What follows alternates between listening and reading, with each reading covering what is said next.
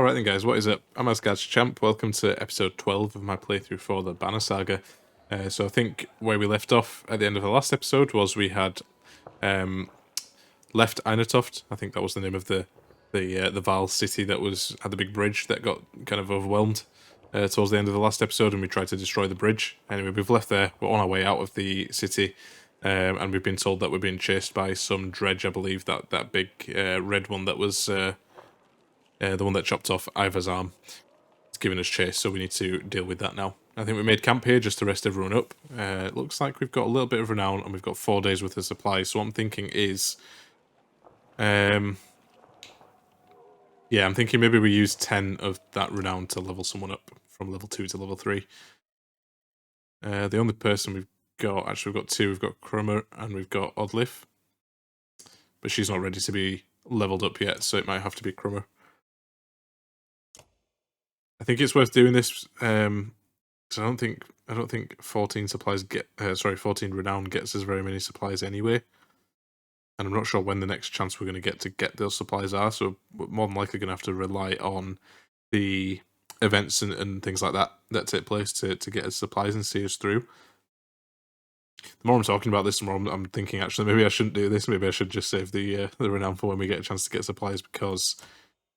yeah, if we don't do that, I think we start to lose members of the caravan, you know, the clansmen and whatnot. Yeah, no, let's not do it. Let's just leave. Let's just leave. I will kick myself if we had an opportunity to get some supplies and kind of didn't have enough renown to do it. So anyway, the caravan stops at a split in the road. Ahead, the path leads to Sigerholm, veers off into the hills. Sorry, the path leading to Sigerholm veers off into the hills, which are now swimming with familiar black shapes. Dredge that way too, Grimace is Avind. The summer path leads straight to Sigerholm, while taking the main road will add several days there every way by now, replies Zubin. I suggest we go around past Hochstop. Send scouts to see how dangerous the summer path looks. Start cutting a path through the dredge or go around past Hochstop. I mean, we don't have any supplies, so the quicker way is going to be the best one, right?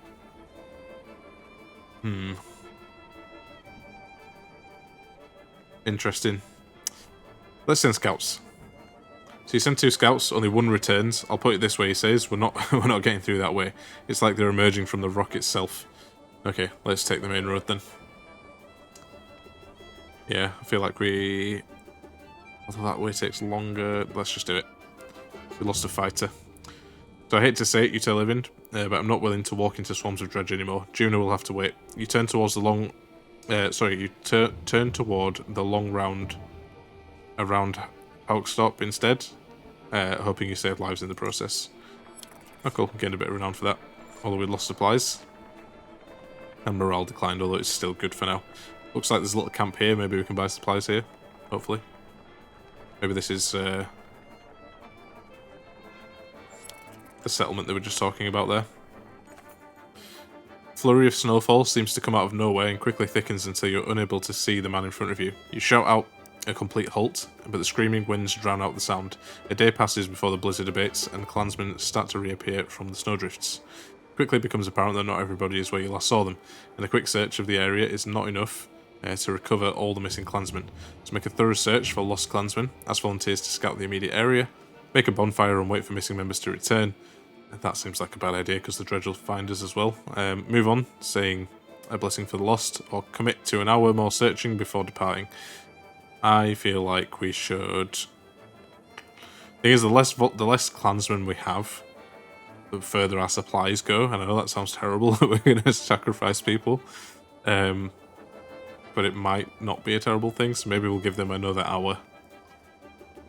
So while calling out for missing family and friends, the clansmen trample the snow into a boggy slush. Any chance of finding tracks are soon lost, and the caravan slowly submits to their solemn failure.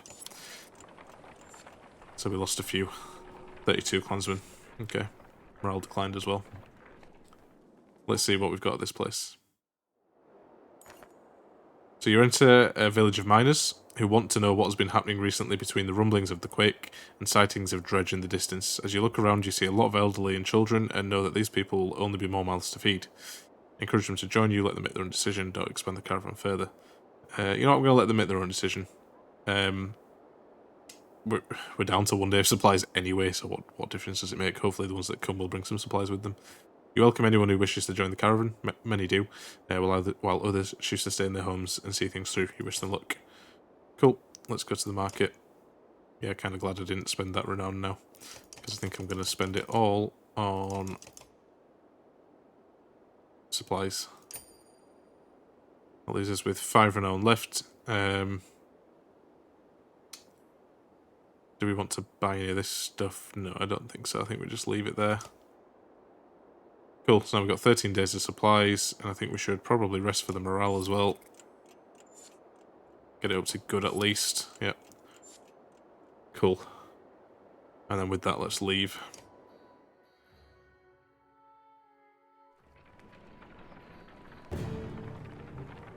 Oh, music just changed a bit dramatically there.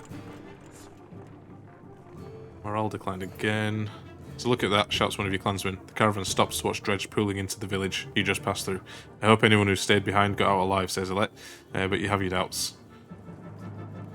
They're coming, says Ivor, pointing out a line of dredge leaving the village and marching towards you. As you watch, the dredge in front falls over, then the one behind it falls as well. You hear a twang to your left.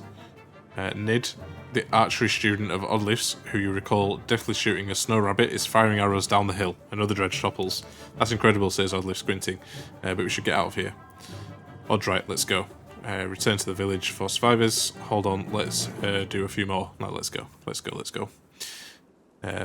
Why don't you come with us next time you want to try out that bow, you tell Nid, who nods, a smile on her face. Cool. Get another character, I'm guessing. More archers. All the human characters seem to be archers in this party. Good point, actually. I wonder if we're ever going to go to the other party again, because they were all in that settlement with the bridge. Anyway, a gaunt man and woman approach the caravan, hands held high. A word, friends, the man says. We are poor farmers, down on our luck. The woman hits him and says, we're outlaws, plain and simple. 10 of us and we'll help you in a fight for some food up front. Join us, but you'll be watched. What are your crimes? Send the outlaws away. Yeah, let's find out what their crimes are.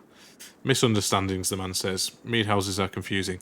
Never know when you've drank your share. The woman hits him again and says, we've stolen, killed a few when we had to. Skills that might benefit you out here. Yeah, I don't know. Last time we did this, we got robbed, so I'm not doing it again. We are so much more then. The man stops as the woman glares at him. He nods and they shuffle away quietly. It takes until camp is set to notice that few of your supplies have gone missing, of course. They have. I made the wrong choice. Never mind. I'd rather not have a bunch of outlaws with us, though. I mean, I get that it's desperate times, but still. A nice look, the snow's dissipating here.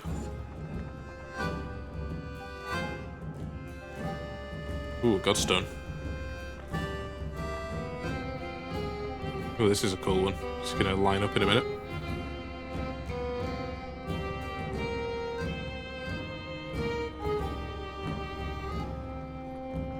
I wonder which god this is. That's a super cool Godstone.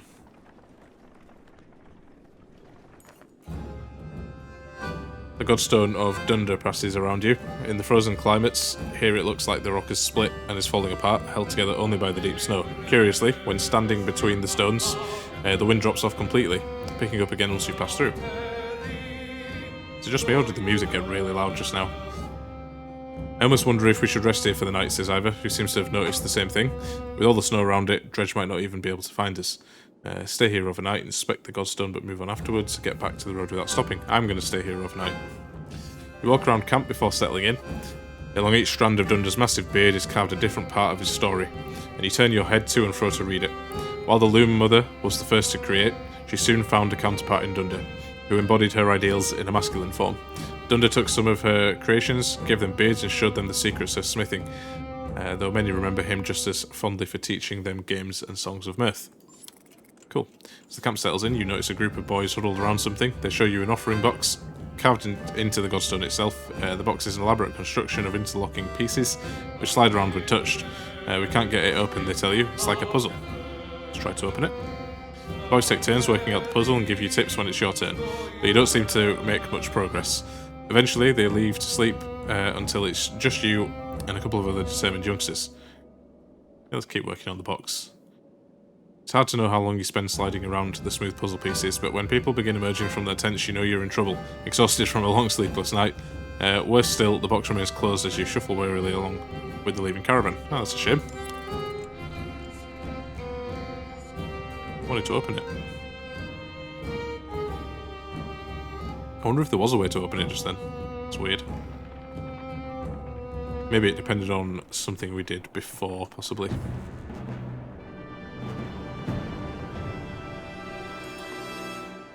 So, some clansmen have discovered a large patch of wild fruit. When you approach, you see some people have begun to sample them. Mother frets about whether they're safe. After overhearing one of the children say it tastes funny, others start gathering by the basketful. The fact that there's an event for this makes me think that it's probably poisonous. Okay, so we can either take a bite, discourage them from eating the fruit, observe someone who already ate some, offer a piece to one of the animals in the caravan, gather as much as you can, let's offer a piece to the animals. Lacking a poison tester, you hold out the fruit to a goat. The beast sniffs it before eating the entire fruit. Only the pit falls to the ground as the goat licks its mouth and leans towards your hand, wanting more. Shall we take a bite? Yeah, let's go for it. Several watches you taste the fruit, you pause after swallowing, and feign choking. Alette rushes to your side in panic, but your laughter soothes everyone's concern. Soon everyone is a little tipsy from the fermented fruit, and spirits are high. Cool, getting some supplies, although we just lost them instantly. Morale is back to normal, hopefully we can get some supplies and stuff here, but I mean we don't really have much renown. So in the distance, Hockstop smoulders like an old campfire. Even from here you can see black figures shambling through it. That looks like a dead town, remarks Ivor, confirming your impressions. There's usually survivors or leaves around you. Check it out just in case. Yeah, you know what, let's check it out, because we could do with getting into a fight to get some renown. I know that's counterintuitive, but we really could. So I hope others would do the same for me. Dredge are nothing we haven't faced before. Ivor grunts, but otherwise says nothing. Besides, it might throw Bellower off the scent a bit. Bellower, that's the name of the big dredge. You head a day's march out toward Hockstop. Okay, I didn't realise that we were going to have to march there. That's a bit annoying. As soon as you step foot in the small town, you think you've made a mistake. It's thoroughly littered with corpses. Within moments, the dredge are upon you, as though you stirred up an angry hornet's nest. You draw your weapons. Ooh. Okay then, so Nid's level 2. Let's actually check her out. What's her power? The character uses a longbow to shoot further than other less experienced archers. She always hits a mark. Bird of Prey makes it possible for her to strike units before they are able to get in attack range, and allows her passive puncture to be used against more enemies who may have been out of range than for a normal shot. So what does puncture do? Passive ability. By standing still, the archer is able to line up a shot that takes advantage of an enemy's missing armor, doing bonus damage. I think that's the same one that Alette has, actually. Every 2 points of armor the target has lost, the archer gains 1 additional strength to attack. Okay. Yeah, I'm pretty sure that's the same one that Alette has. Yeah, you know what, let's take her instead of Oddleif. Don't mind Oddleif, but she doesn't tend to come in handy very often. Yeah, let's keep the big boys at the back. Yeah, let's put Eyvind just up ahead a little bit, because if you can get a chance to pop off a spell, that'd be good. Yeah, cool. Let's leave it there.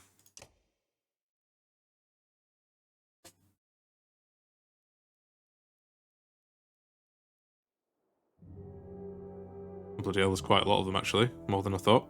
Right, these little guys then, I think, can be dealt with probably by a lot of the archers that we've got, so that should be fine.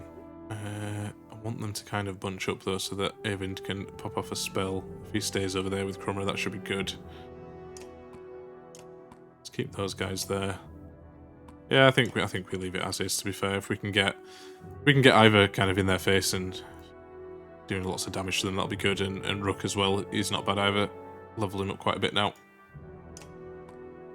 It's just this big boy over here. He's the one to worry about, I guess. We'll have to try and break his armor as best as we can, because he's got quite a lot. Cool, let's ready up. Right, should we check out her power then straight away? We might as well. Yeah. So she can take advantage of the puncture mechanic here as well. 100% chance to hit. Does it tell me strength or armor damage? It did strength damage. Okay. I guess with Rook as well, we're going to probably do the same thing, right? Let's just take swings at these guys using our willpower as well. I say swings, he's shooting his bow, but you know what I mean. Oh, okay, he's coming down this way. That's actually good, because that gives a nice big bunched up set of units here for Evind to target with his arc lightning. So he needs to come forward, what, 1, 2... maybe 4 spaces forward. That's kind of dangerous. Let's do it. Let's just do it. So let's get him onto... Yeah, we need to get him all the way over here. Oh, here. Yeah, let's put him here. There we go. Arc lightning. Let's do a full power one on him as well. Again, the quicker we can get this guy down, the better. Nice. Okay, so with a let's break armor on this guy. Should be the big boys coming next. He's going to fire those... and he didn't, actually. I thought he was going to fire off those... explodey arrows. Say arrows. Slings, whatever you want to call them. Yeah, let's just keep doing strength damage to these guys, and they can't hurt us as much. We actually managed to get through there as well, onto the adjacent unit, which is good. And yeah, with Chroma, let's get him in over here. It's actually a symbol above Avon's head after that. I wonder if maybe the thing he fired at him is going to explode. I don't know. We'll see, I guess. Smack. Oh, she did a lot of damage there. Way more than I was hoping.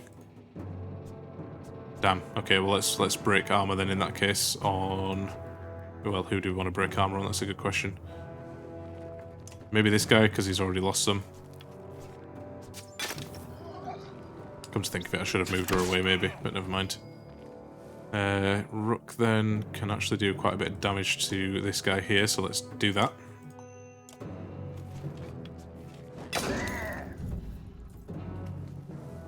He's going to come after Ivor. He's not going to be able to do too much to him. Let's actually just pop off another spell with Evind, but yeah, this... I'm not sure what this means here. Sunstrike, so this blinding effect prevents the use of any willpower for extra movement for 1 turn. Alright, well that's the effect then that guy just had on us. That's not too bad, to be fair. Let's get another big strike on this. 4 damage, that's good. Good enough. Although he's going to get a big smack on Ivor right now. I always forget what Alette's thing... Oh yeah, thread the needle, that's right. So she attacks in a big straight line. Not going to really benefit us right now, or is it? And I guess if I move there, we can attack through here. With both of these guys, and maybe actually kill them both. So yeah, let's do that. Oh, I can't get all the way through. Damn. Well, in that case, don't use the power. Only 30% chance as well to kill this guy. Didn't actually mean to do that then. I think I clicked that by accident, but never mind. We tried it. Okay, these are the ones that explode, so we definitely do need to move him out of the way. Yeah, we really need to break some armor on this guy, because no one can seem to be able to hit him. You just signed your own death warrant there, mate. There you go. Yeah, so the ones who end up with low health obviously try and just break armor as much as they can, but that's quite alright, I don't mind that. We can actually kill this guy over here as well. Let's move into this spot here, finish this guy. Don't need to use any willpower for that. I've only got 1 point left, I'd rather save it. We actually did hurt that guy too, good. Cool, right then. What's her purpose going to be here? Yeah, it's a shame that she's got very little strength now. Obviously, we'll have to level her up and get her strength a bit higher, I think, and maybe her armor as well, because she took 1 hit and she's almost useless now. mean, she'll be able to break armor though, so we will do that, I think. Keeps these guys moving as well if we keep doing that. Keep hitting them. Okay, she's just taking her out. Never mind. Okay, with Rook then, what do we want to do with Rook? This guy's dangerously close, but he's got very low strength, so he's not... Again, he's not going to pose much of a threat to us. So actually, I'd feel quite comfortable moving him here and maybe attacking this guy. Perfect. Looks like they've all got pretty low strength now, so I'm not too worried that they're going to hurt me very badly. I guess with Avind, we could probably knock this guy out with that spell, and we kind of bypass his armor with that, I think. So we only need to move one spot forward as well to do it. So let's do that. And he's got, what, 3 willpower? Let's just do the lowest amount of willpower then. Can't remember how the maths works, but I'm pretty sure this should kill him. There you go. Perfect. And with Alette... Yeah, so because... Yeah, she's got puncture as well, but again, they have to have taken some sort of armor damage for that to work. Right, well with Alette we can kill this guy, so I think we should do that. But where do we need to move to do it? Here, I think.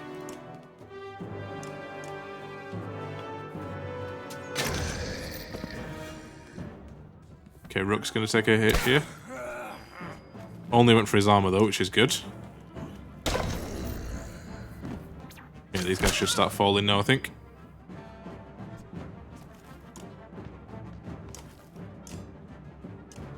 Perfect. One guy left.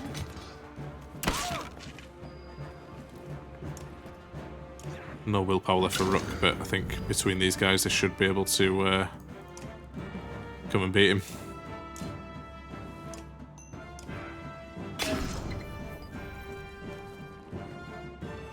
And Alette can't actually attack from that close, so she'll have to move away, but that's fine. She'll get the kill. Perfect.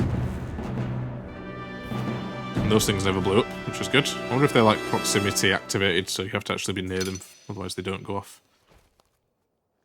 And Nid got injured, but that's okay. Can't remember if she actually got a kill or not, I'm not too sure. Anyway, we've got some more renown as well, so hopefully we can buy some more supplies with that. So this town is nothing but ghosts, and now covered in more dredge bodies too. Remarkably, as you're about to leave, you find an old man sitting quietly in a tattered market stall, with a couple of items in front of him. He hums to himself as if nothing were wrong, and seems to be in shock. Your clansmen gather him into the caravan before you leave. Nice of him. That does give us a market over here, and also Nid wants to talk to us. Let's go to the market first, and again, let's just buy up as much supplies as we can. Oh, 12 days worth actually is quite a lot. For that small amount. Cool, that's good. And let's see what Nid wants as well. I don't know if we've ever spoken. I'm Nid, you're Rook, I know. We've actually been travelling together for a long time. Isn't it strange how you can be so close to people and not know them? Every day I pass people I swear I've never seen before. I wanted to thank you for letting me join you. Have you always been such a good shot? Honestly, I've never tried before Olive made me. I spent my whole life making clothes, cleaning. Olive's good, but I don't think it was all her doing. It feels right. I just look where I want it to go. Anyway, I feel better. The caravan, the people worrying all day and making problems, sometimes they really stew in their misery. I'm glad I can do something helpful. Where are you from? I don't think you're from Skogr. How many... I knew most of the people there. No, I had a house in Frostvilla, but we were driven out when the dredge started to show up. My husband died trying to protect our home. My sons and I were thrown out into the fields. I'm sorry. Eccles men killed my husband. When we left, I was angry. Why was I the one who had to leave their home? How do I deserve this? You look away momentarily, not sure what to say. But I've let it go. I have 3 sons, and I don't want them to grow up with hatred in their hearts. That's why I wanted to thank you. You consider your response. You're welcome. I should be going.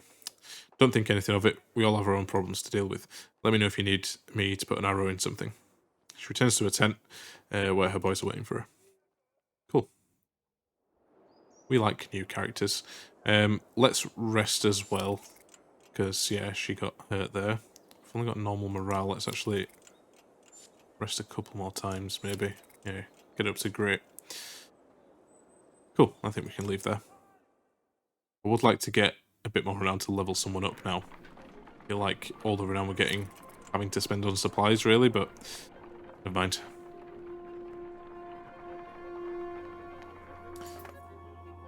So a woman's stifled screams fail to overly concern anyone. It was only a matter of time before the expectant mother gave birth. Caravan is simply excited by this first sign of new life since the trip began. Call for a day of rest and celebration, congratulate the new parents privately, offer the family extra rations as gifts, do nothing special, allow the mother and child some peace. Let's congratulate them privately. You discreetly make your way to the family's tent. Amidst cheerful clansmen, you give your most heartfelt congratulations to the parents, telling them how strong the young boy looks. The mother cries, and the father thanks you repeatedly. Cool, got some morale. Perfect. And some renown. Well, if we get the chance to... Actually, we can level people up whenever we want, really, can't we? Let's see what's happening here first. Ah, another Godstone. Well, hopefully if we make camp here, I can... Oh, actually, usually it's some sort of scripted event at the Godstones. This one's kind of cool looking, though. Lots of runes written.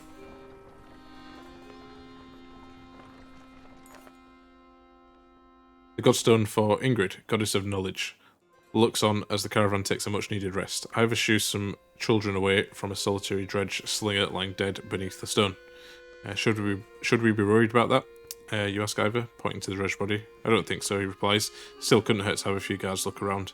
Hours pass without warning. Yeah, let's inspect the Godstone.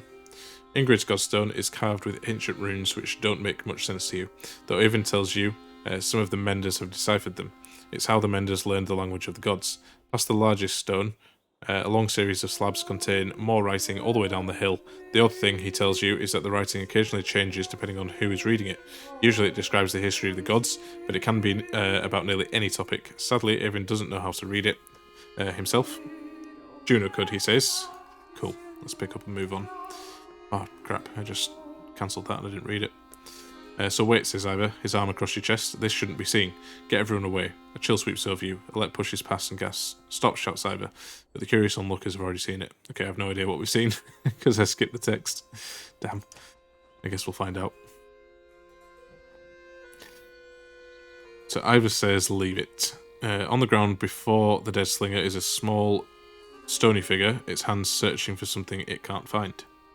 Ah, okay. So, oh, that's a baby. That dredge is a woman. We've been killing women. We've been slaughtering women and children this whole time, leaving them to die. In a war, it's only the males who fight. We've been fighting these dredges the whole way. Why are women with children on their backs attacking us? They're not invading, they're running. Everyone stops dead in their tracks. The entire caravan is gathered around, aghast. So it's a dredge baby. Okay, that's interesting. When I spoke to Juno, she told me something was coming. She didn't know what. A darkness. Something black is covering the world, and the dredge are running from it, just as we're running from them. The serpent, the quake, it's all the beginning of the end. Ivor, you knew. Why? Why didn't you say something? Ivor? I don't want to get mad at him. When I was young, I killed one of the Sunder during the Second Great War. We called it Rays.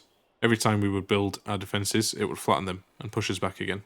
I became separated from the rest of the Val and stumbled upon Rays deep in a snowstorm, alone. She was nursing. I threw my axe, it twisted in the wind, her son died in her arms. She was so pathetic, kneeling in the snow. She didn't even try to stop me when I took her head. That's how I killed Asunder. When I found my way to Grofheim, the Val wanted to make me Kender, next to be king. I left, walked until I ended up in Skogr, where no one knew what I'd done. The only sound is the wind blowing through the trees. Cool bit of backstory. For a long time, nobody says a thing until a child breaks the silence. What do we do with the baby, she asks. A lump forms in your throat, looking at the small obsidian creature squirming before you. Put it to a vote, insist on taking it with the caravan, insist on leaving it behind. Yeah, I think we should take it with us, right? You argue strongly for showing mercy and humanity. Some of the women in the caravan hesitantly agree to take the dredge infant, while others are furious about bringing it along. Well, they can be, I don't care. Not long afterward, one of the women comes to you. Its swaddling was being held by this, she says. giving you a hairpin that looks distinctly undredge-like. An inscription on the silver almost slips your notice. Persevere. From the goddess herself, if you ask me, the woman tells you. Oh, cool, we got an item. Can we make camp here? No, I don't think we can we? Well, as soon as we can make camp, I'm gonna level up someone. Maybe Oddliff.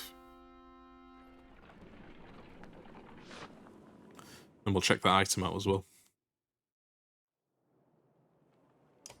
No one needs to rest. I think we're all good.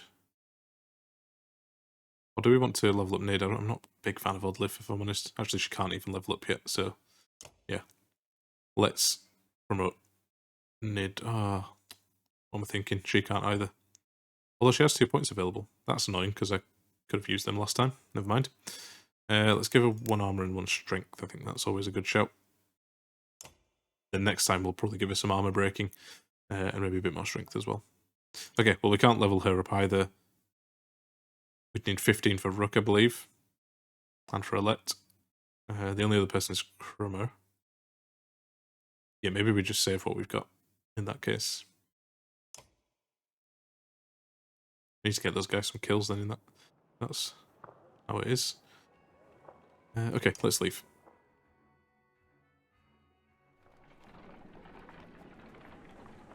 So hopefully we'll meet up with Juno soon. Is it just me or does it look like there's people up there? You're making the usual rounds when you hear a rather loud debate coming from the area that Val have gathered. Ivor joins you as you approach. Ubin, you'd rather be known for falling asleep and dying in the corner of a mead house than battling asunder. No, I'd rather be known for not dying. I don't even know what you're worried about. I did this 100 times in the Great Wars. Take some warriors, plough headfirst into the dredge. They follow you into the hills, get lost. Now they're not following you. When you did this 100 times, did they have a bellower leading them? You've never heard about the time I hit bellower in the head with a throwing axe? Yeah, let's say what's this about. Careful, my friend. A lot of old history getting thrown around here. The warriors were just noting that there's a damn good number of dredge on our asses. Bellower pulling up the rear. This one thinks we can just wander up there and throw them off our tracks. How about some gratitude? Thought you'd be happy to finally be the oldest Val in the land, Ubin.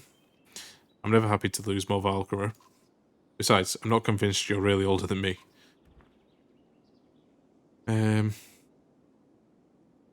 Old rivalry you've got there. Comments like that reminded me I've always wasted too much time doing nothing. In the old days, I'd already be halfway to the battlefield by now. Speaking of which, you coming, Ingvar? You could ask Bellower for your arm back. Don't think so, not exactly in the mood right now. Alright then, I'll tell Hadderborg you said hello. Crummer and a good many Val warriors head out towards the growing army of Dredge. Why are they doing this? Is he coming back? He always has before. This time feels different, I fear. Yeah, he's not coming back. I'm really glad I didn't level him up just then. Would have wasted all that renown.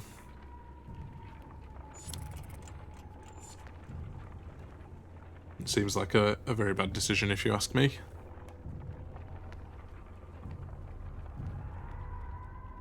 I'm not sure how long it's going to take us to get to the place we're trying to get to, where Juno is. We get the name of the place. A trail of blood leads to a clearing where you find a large, wounded Val. He's gnawing on his shield, swearing at no one in particular, and occasionally slamming his cudgel to the ground.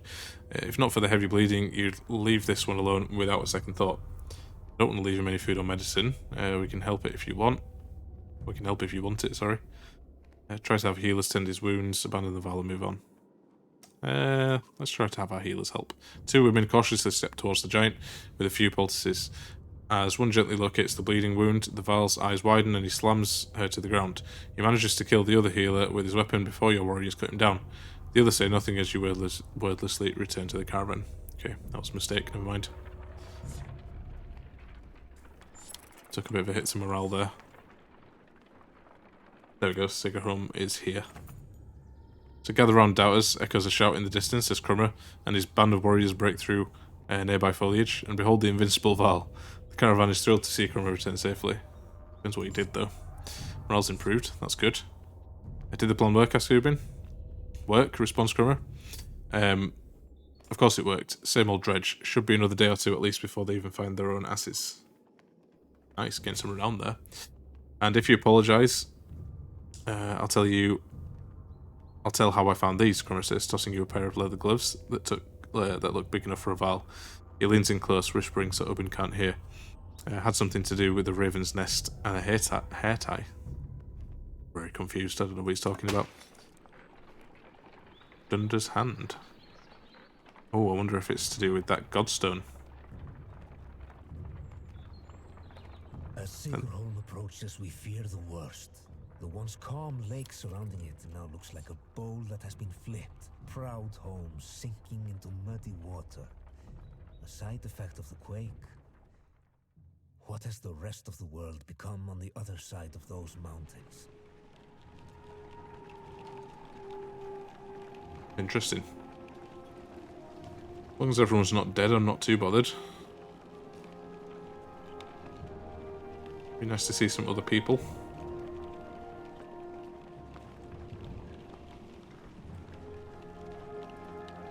This is a very picturesque little town, I guess.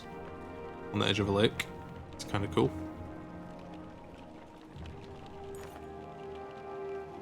One catastrophe to another, says Oddleif, as you pull into Sigurholm. The town appears to be sinking into the lake.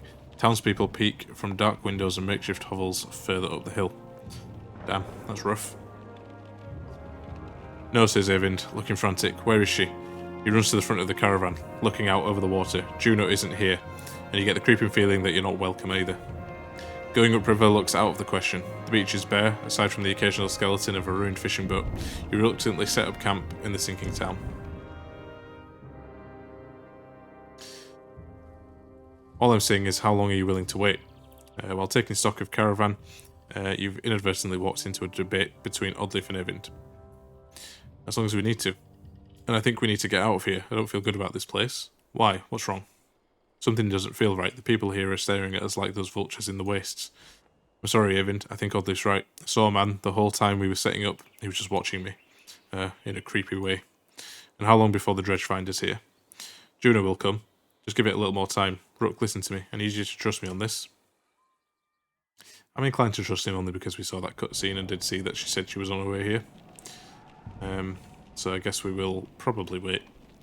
But I think for now, guys, I'm going to end the episode there. So if you made it this far, as always, thank you very much for watching. Let me know how you're enjoying the story so far in the comments down below. And if you're not subscribed yet and you want to get notified whenever I release a new video, including my Total War Let's Plays as well, make sure you hit that subscribe button and the bell for notifications. So with that all said, guys, I'll see you all on the next one.